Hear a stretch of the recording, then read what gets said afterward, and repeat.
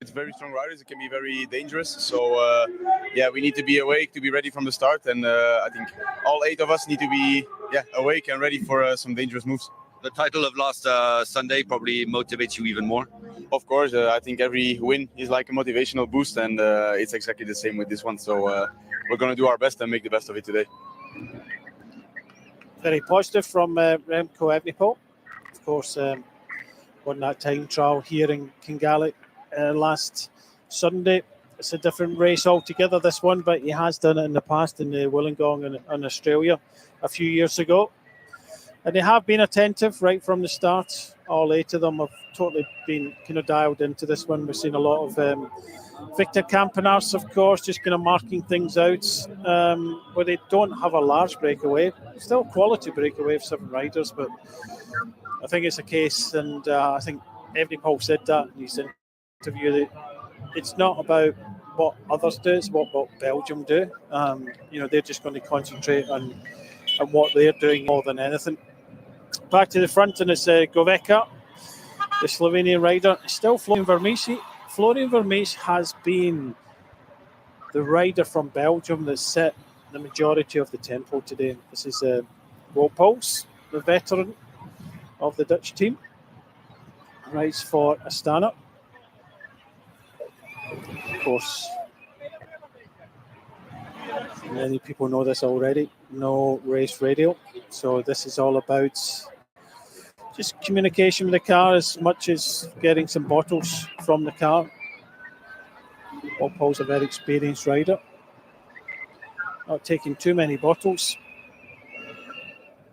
Most of the Dutch riders have been getting bottles from the side of the road at the pit area. And of course, the Dutch starting with 5 riders. There was 6 riders on the start line. Sam Oman was a non-starter for the Dutch. And again, the Dutch have featured in these World Championships over the years in both male and female categories.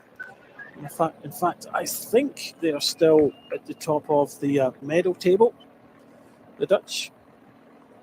So Florian Vermeersch, Goveka, just looking to see the rider in the white. So they've got a little bit of help at the fronts. This is the Australians trying to come back as well. We see this pretty much throughout the whole race.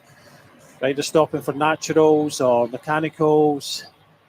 Teammates trying to kind of help them back. We know from the Australians who are the kind of principal riders, and they'll be looked after. Of course, this is all about trying to conserve as much energy as possible. Italian rider here on the right-hand side, just taking a little bit of a natural break. And of course, we've been talking about that. There is a risk to that. Commissaires will fine you if it's within sight of the public. Portaloos have been used by a few of the key riders so far in this race. But yeah, this is what happens. There's a lot of action in the convoy, the rear of the peloton. It seems to be really kind of settled in. 7 riders in front with Slovenia, Belgium and another nation riding at the front.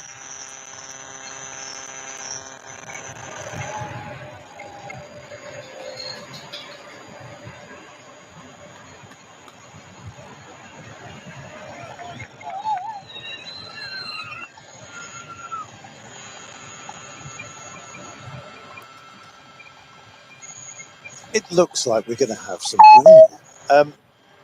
You can kind of sense it yourself, Brian. It's going to get a little bit cagey, this. We have now, the next passage of the finish line will be the final lap. You can almost hear the bell before we depart the circuit that we've become so used to. Yeah, they'll get they've already been out there riding, and they already know the climb. Everybody that's been here has had the chance to go out and look at this other part of the course. We've heard various interviews, and those various interviews have kind of said to us that to happen. I still think it's very early, 100 kilometres to go to the finish. This is the main climb of this race. But the question is, for me, who's going to take advantage? Maybe Ben Healy. of course, they're going to ride it up at a decent pace, and there's a lot of nations here that want to make this race as hard as possible. But I'm not too sure we're going to see someone strike out for glory for 100 kilometers to go in this race. So I think there might be a selection, but I don't think it will be the selection.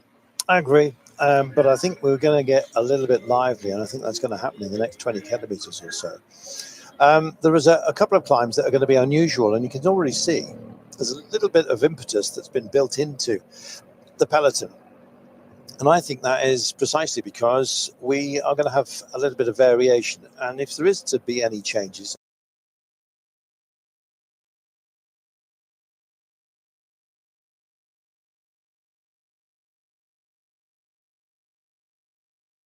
get this dealt with, we're going to get onto our cobbles at the end of this descent. We'll pick up to our the climb that almost defines our small circuit. We'll then take a lap, and after we have we're just about to begin at lap 9, we're actually leaving town. We're going to the Col de Péage, then that will introduce us to the Mont Migali, then the Mur de Kigali, named after Kigali, and then we'll come back and start playing with the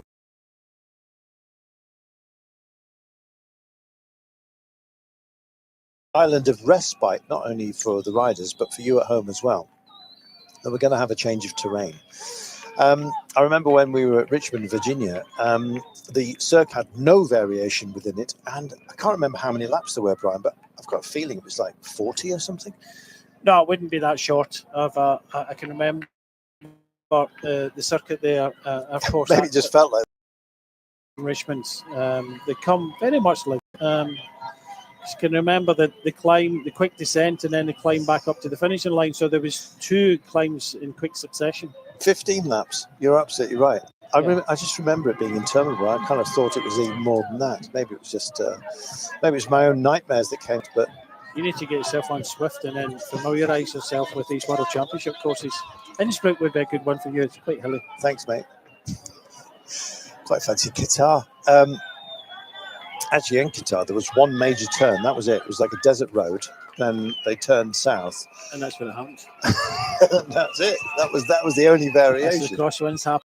I'm just looking here that another team in the white is Mexico, and the Mexican team with 3 riders started. Of course, Del Toro has been, I would say, the man of the month. What he's been doing in the Italian races has been quite incredible. But this is Freya, the Mexican. They've already used up, one of the riders earlier on today. So having 3 riders, using up 1 rider already, putting another rider to the front. Del Toro is absolutely feeling as if he's king at the moment, or is it a case of I'm good buddies with Terry Pogacar, who rides for Slovenia, and we're going to maybe help each other, because there's absolutely no reason why Mexico would ride. The problem you've got here is you use yet another one of your teammates. There's still 151 kilometers to go. How long can he ride at the front? Because Del Toro, come the latter part of this race today, could be on his own. So what